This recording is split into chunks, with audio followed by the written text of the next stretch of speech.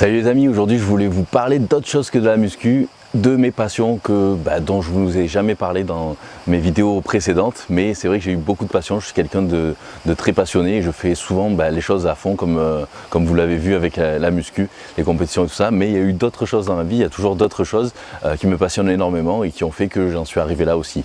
Donc c'est vrai que ce qui a déclenché le fait que je fasse beaucoup de muscu, ça a été déjà à l'époque, je devais avoir, je sais pas moi, ado, 14-15 ans, je regardais un peu comme tout le monde les films de Van Damme, les films d'arts martiaux, de Schwarzenegger, de Stallone et tout ça, et mon rêve c'était de faire comme eux en fait, tout simplement, de devenir acteur hollywoodien, superstar et tout ça, et donc c'est vrai que c'est à partir de cet âge-là que je me suis dit, allez, je vais me mettre à fond au karaté, et donc j'ai commencé à suivre des cours de karaté, voilà, à partir de l'âge de 14-15 ans, et en même temps j'ai voulu me muscler aussi et donc j'ai commencé aussi à faire des pompes dans ma chambre, j'avais 14 ans et pompes abdos non-stop tous les jours en plus du karaté. Et donc j'ai continué ça pendant quelques années et je suis allé en salle après de muscu à partir de 16-17 ans, j'ai commencé à aller en salle de muscu et donc mon rêve, comme je vous l'ai dit, c'était de devenir acteur. Et donc qu'est-ce que j'ai fait? J'ai pris quelques cours de théâtre à cet âge-là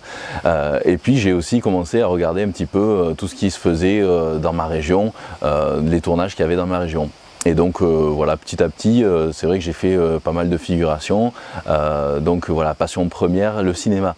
Et donc dans la région d'Avignon, Montpellier et tout ça, il y avait quelques séries qui se tournaient à l'époque, notamment, je ne sais pas si vous connaissez, si ça existe encore d'ailleurs, Une femme d'honneur par exemple, avec Corinne Touzé. J'avais fait pas mal de figurations là-dedans quand j'étais plus jeune, quand j'avais 18, 19, 20 ans. Ce genre de choses, c'était mes tout premiers figurants, rôle de figurant on va dire, et donc c'est vrai que le fait d'avoir commencé tout petit et voir comment ça se passait, ça m'a vraiment permis de voir justement le déroulement en réel de scènes de cinéma ou de films ou de séries, et ça m'a vraiment plu. C'est quelque chose d'assez assez exceptionnel. Et ensuite petit à petit j'ai fait pas mal de ce genre de choses. J'ai continué aussi en parallèle un peu les cours de théâtre, en parallèle bien sûr de la muscu, de mes études et tout ça. Et en 2004, j'ai tourné dans un court-métrage qui s'appelait Le Rêve de Robert Benita. Et dans ce court-métrage, je jouais un espèce de tueur italien. Donc à l'époque, j'avais les cheveux longs, la couette et tout ça. Et dans ce court-métrage, donc mon rôle, c'était celui d'un tueur italien. J'avais ma longue queue de cheval à l'époque et tout ça. Je vous mettrai toutes les photos et tout, si je les retrouve. Et c'était vraiment génial. C'était dans un village du sud de la France. Je ne me rappelle plus exactement où, mais c'était vraiment super. Ça avait duré à peu près une semaine de tournage, un truc comme ça, et je devais donc planter quelqu'un que vous devez connaître parce qu'il a un des rôles principaux dans la série Camping Paradis que vous pouvez suivre en ce moment à la télé, et donc c'est Patrick Guérino, donc vous le reconnaîtrez certainement dans les photos que je mettrai. Donc j'avais eu cette expérience qui était vraiment géniale, et en plus ce court métrage avait été sélectionné au Festival de Cannes dans la rubrique c'était Short Corner, un truc, je sais plus exactement comment ça s'appelait, et donc c'était pour moi c'était exceptionnel. Et du coup en 2004 j'étais allé au Festival de Cannes pour présenter ce court métrage là. J'ai pas été dans les grands films etc évidemment, avec la montée des marches et tout ça, mais c'était quand même en sélection des courts métrages du Festival de Cannes, et donc ça a été pour moi une expérience de fou quoi. Et c'est vrai que depuis ce jour là j'ai toujours voulu continuer à faire ça, parce que ça m'avait vraiment plu. C'est des expériences vraiment inoubliables, et je m'étais dit c'est vraiment ça que je veux faire. Et mais comme vous le savez, c'est quelque chose d'assez aléatoire, c'est très difficile de percer là-dedans et tout ça. On peut y arriver comme on peut ne jamais percer, c'est pareil que la muscu, au final il faut continuer, jamais rien lâcher, et c'est très compliqué malgré le fait de pouvoir faire les meilleures écoles au monde etc. J'ai des amis qui ont continué même à mon âge et qui ont fait les meilleures écoles au monde, même à Los Angeles et tout ça, et qui malheureusement n'ont pas toujours réussi à percer malgré le fait d'avoir fait les plus grandes écoles du monde. Donc des fois c'est des coups de chance, c'est très aléatoire. Et du coup, j'ai quand même continué à faire des petits rôles de figuration et tout ça. Et un jour, j'apprends que Alain Chabat vient tourner dans la région de Montpellier. C'était plutôt dans l'arrière-pays, dans l'arrière-pays de l'Hérault. Et donc pour le film pour ceux qui connaissent, donc c'était avec les Robins des Bois, et donc j'avais été choisi pour jouer de Pierre. En fait, on s'appelait tous Pierre. C'était les trucs, voilà, j'avais les cheveux longs à l'époque, donc je correspondais parfaitement au rôle. Donc c'était pas des rôles parlés, hein, puisqu'elle est là-bas. Personne ne parlait, donc c'était vraiment super amusant et ça avait duré quand même 3 mois, donc c'était quand même ma première vraie grosse expérience dans le cinéma avec une très grosse production. Donc ça avait duré 3 mois, on était entouré de plein d'acteurs connus du coup, et au final c'était très bonne ambiance et on mangeait tous ensemble avec les Robins des Bois, avec Alain Chabat et tout ça, on passait même les soirées ensemble, à jouer la gratte et tout, donc voilà, je vous retrouverai les photos aussi, j'avais toujours mes cheveux longs, ma couette et tout. Et donc ça a été vraiment une expérience de folie, ça a été quelque chose d'exceptionnel. Je me rappelle, je crois que c'était dans les plateaux du Larzac aussi à un moment donné qu'on avait tourné, donc voilà, les gens étaient aux petits soins avec nous, ça a été vraiment... il y avait Depardieu aussi qui jouait dans le film. Depardieu, c'était un des seuls qui ne s'intégrait pas comme les autres acteurs, on va dire. Lui, il était un petit peu à part, il arrivait voilà, au dernier moment. Ce qui m'avait un peu choqué aussi, c'est qu'il avait genre 2-3 phrases à dire dans le film, et en fait, on lui tenait des gros écriteaux derrière la caméra, parce qu'il n'apprend pas ses textes en fait, et qu'il lui fallait des pompes pour 3 mots à dire, donc ça m'avait un petit peu choqué. Mais sinon, voilà, c'était quand même quelque chose de fou.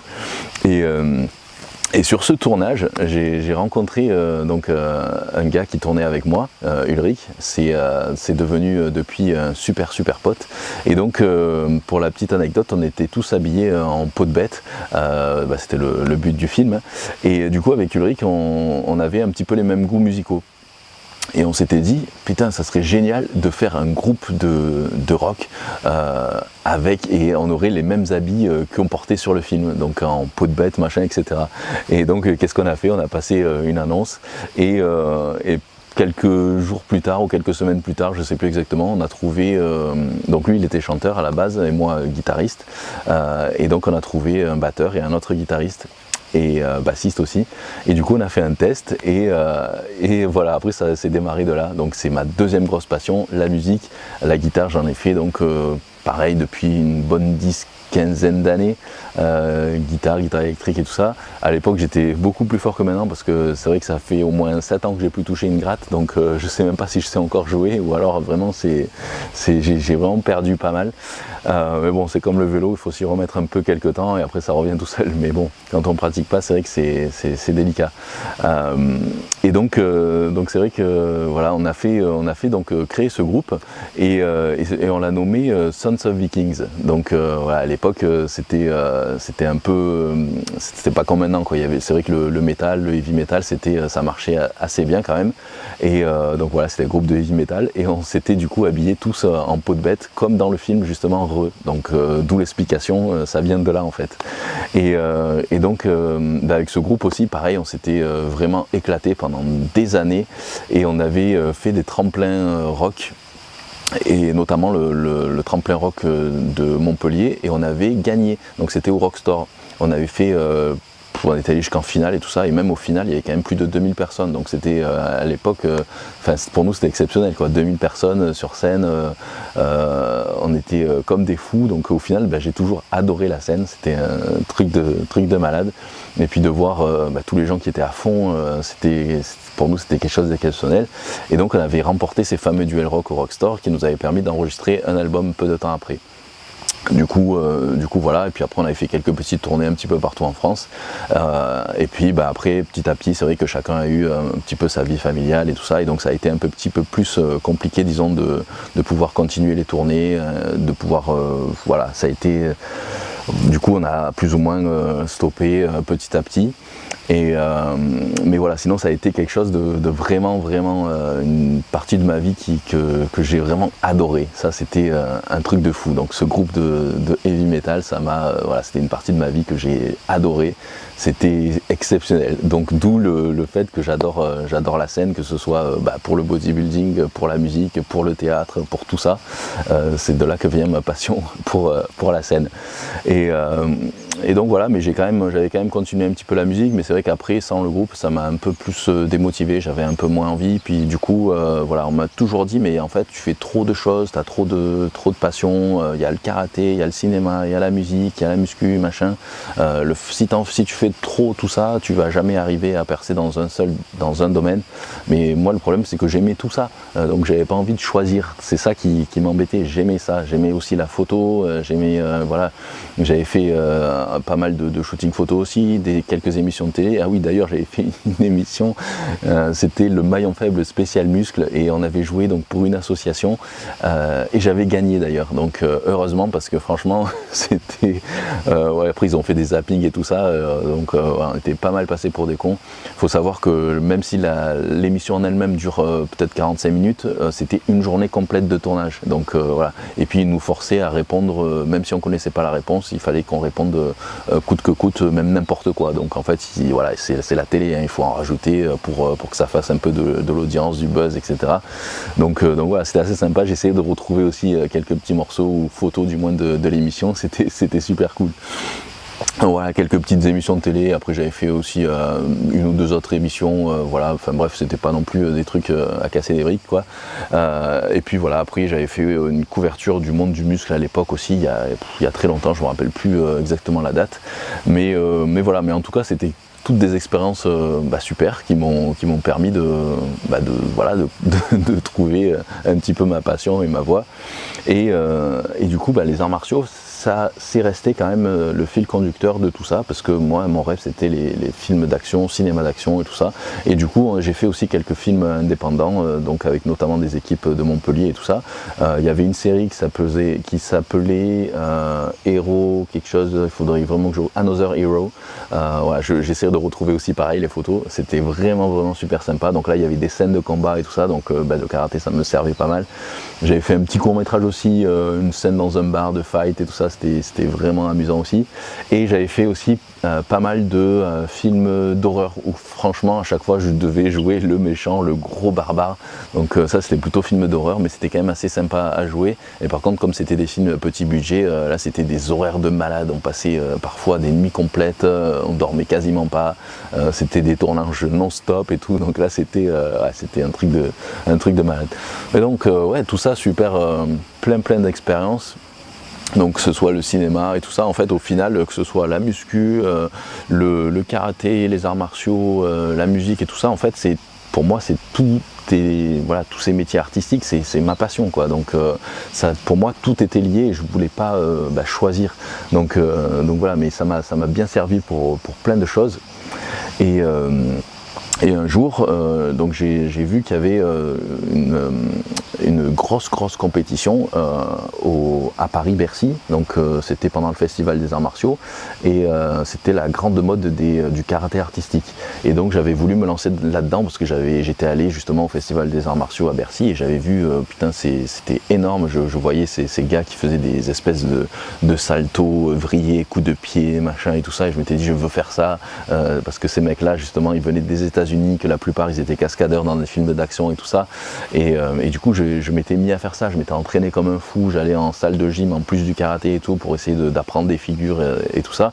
Mais c'est vrai qu'avec mon poids, à l'époque, je faisais pas 90 kg, mais je faisais au moins 80. Et donc, c'est vrai que pour les gymnastes ou ceux qui font des saltos, des coups de pied sautés en l'air, machin et compagnie, vrille et tout, même 80 kg, c'était déjà bien lourd. Et donc, malheureusement, je m'étais pété les ligaments croisés sur une réception d'un salto ou d'un saut, voilà, un peu dangereux, d'ailleurs que j'ai toujours ici. Et je m'étais pété ces ligaments croisés, je pense 15 jours avant cette fameuse compétition que je devais faire à Bercy, quoi.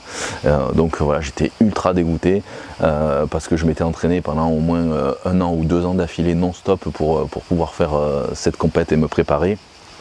Et donc voilà, j'étais écœuré parce que ça m'a mis fin complet à cette carrière-là, parce qu'après voilà, j'étais resté 15 jours à l'hôpital, et puis après j'avais eu pendant 6 mois une espèce d'attel voilà, qui faisait tout ça, quoi. Et en plus de ça, c'était pendant que je faisais mes études de STAPS. Donc j'étais en STAPS, en faculté de sport, je devais être en licence ou en maîtrise, un truc comme ça, j'avais les examens et tout ça. Ça a été une galère monstre, donc voilà, j'ai été super dégoûté. Donc là il a fallu aussi commencer à se créer un mental, parce parce que voilà, c'était pas le dos comme j'ai eu dernièrement, mais c'était quand même bien lourd. Et malgré tout, malgré cette espèce de gros voilà, d'attelle énorme et tout ça, je faisais quand même des pompes, je faisais quand même des biceps à la maison avec les haltères et tout ça. Donc ouais, je pouvais pas rester sans rien faire, c'était impossible. Mais du coup c'était mort pour tout ce qui était arts martiaux artistiques, parce que les sauts et tout ça c'était fini, je pouvais plus courir et tout ça. Donc voilà, ça a été vraiment galère, et du coup il a fallu bien que je m'oriente vers autre chose, et c'est pour ça qu'après je me suis mis vraiment à fond dans la muscu, parce que il me restait au final que ça entre guillemets que je pouvais faire sans trop me blesser. Et du coup c'est pour ça que je me suis lancé vraiment à fond dans la muscu, et que j'ai laissé un petit peu plus tomber les arts martiaux pour évoluer dans la musculation. Mais du coup j'ai toujours été en mode combatif, compétitif. À l'époque je voulais, voilà, pour moi c'était la compète. Donc comme j'avais loupé cette compète d'arts martiaux artistiques, je m'étais dit il faut que je me relance dans la compétition, mais du coup en musculation. Et donc j'ai cherché les compétitions qu'il y avait, et à l'époque il n'y avait que bodybuilding, il n'y avait pas autre chose. Donc j'ai fait ma première compétition de bodybuilding, c'était en 2004, et j'étais en moins de 80 kg, un truc comme ça. Donc voilà, après ça je pourrais refaire une vidéo entière là-dessus, mais je veux pas encore voilà, sur le body. Puis en plus c'était pas le but de cette vidéo, puisque c'était pour parler des autres passions autres que la muscu. Mais bon voilà, donc en gros vous savez, le cinéma à fond, la musique à fond.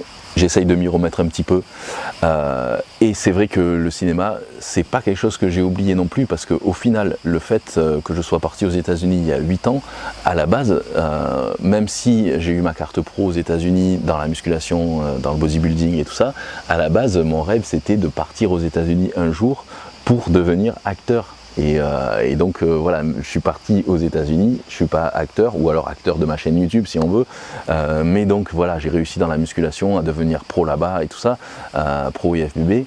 Mais voilà, j'avais quand même, au final, quand je suis arrivé à Miami il y a 8 ans, j'ai quand même essayé de faire quelques trucs. J'ai été dans des agences de modèles, donc sport modèle. D'ailleurs, c'est avec ça que j'avais eu mon premier visa à l'époque. Et après, j'avais pris quelques cours de théâtre là-bas, mais ça m'avait pas, c'était pas génial. Et puis voilà, j'avais passé quelques castings et tout ça, mais là-bas, c'est vrai que Miami, c'est vraiment très latino. Et donc avec ma tête, ils cherchaient vraiment des latinos, et moi je parle pas espagnol, donc il faut vraiment que je m'y mette. Mais du coup voilà, c'était mort, parce que là-bas ils cherchent vraiment des latinos qui parlent vraiment espagnol sans accent. Et donc voilà, donc c'était un petit peu mort pour moi. Mais bon, j'ai pas lâché l'idée, donc c'est clair que je vais pas lâcher l'idée, et je vais essayer de continuer, que ce soit voilà, à Paris ou à Miami ou ailleurs. D'ailleurs, j'avais refait des cours de théâtre à méthode acting à Paris en 2012, il me semble, et là c'était vraiment génial, je m'étais vraiment éclaté. Mais voilà, ça c'est une idée qui me reste en tout cas dans la tête, et j'aimerais un jour recommencer, ou du moins continuer, poursuivre dans ce cursus-là un jour. Donc voilà, ça c'était pour parler de toutes ces passions-là, mais j'ai pas que ça comme passion aussi, comme vous avez pu le voir, constater dans pas mal de mes vidéos. Je suis passionné à fond de voitures, donc voitures, et pas que des voitures américaines, même si avant de partir aux États-Unis, j'avais une Mustang, mais une Mustang une vieille, je crois qu'elle était de 2009 ou un truc comme ça. Donc, mais bon, à l'époque, en France, il y avait très peu de gens qui avaient des Mustangs, donc pour moi, c'était déjà un truc de fou.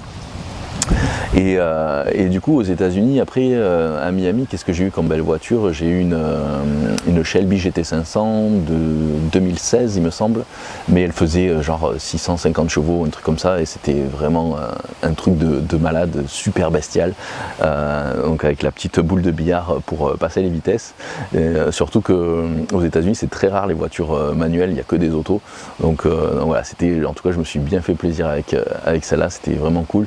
Et d'ailleurs, je regrette de ne pas avoir fait plus de photos avec celle-là, voire même des vidéos, mais à l'époque j'avais pas encore ma chaîne YouTube, ou alors elle venait tout juste de commencer, et puis c'était orienté muscu, et je voulais pas au début mettre ma vie un peu plus privée, on va dire. Donc voilà, mais c'est vrai que je regrette un petit peu de ne pas l'avoir mis.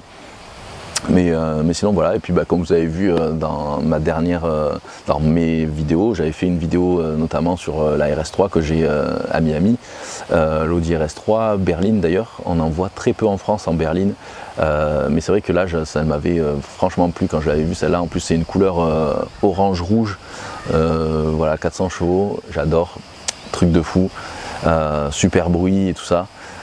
Et voilà, donc ça c'est ma voiture actuelle. Mais sinon j'ai fait pas mal de circuits quand j'étais en France aussi à l'époque, notamment au circuit d'Alès, circuit de l'Aidenon et tout ça. Et puis plus récemment, vous avez d'ailleurs dû le voir dans mes vidéos que j'avais fait, c'était l'année dernière, quand j'étais allé à Las Vegas, j'avais loué une Lamborghini Huracan et une McLaren aussi, 720S, et donc je m'étais éclaté dans le désert, ça c'était vraiment excellent. Et donc voilà, ça c'est vraiment grosse passion, les voitures aussi. Donc d'ailleurs si vous voulez un peu plus de vidéos avec des voitures, je sais qu'il y a déjà des youtubeurs qui sont spécialisés là-dedans, donc je ne vais pas faire que ça, mais si ça vous dit de temps en temps, je serais en tout cas ravi de partager ça aussi avec vous. Donc voilà, les voitures aussi. Et bien sûr, les voyages, ça, vous l'avez bien vu dans toutes mes vidéos, j'adore voyager, donc je vis à Miami, comme vous le savez, depuis presque 8 ans maintenant.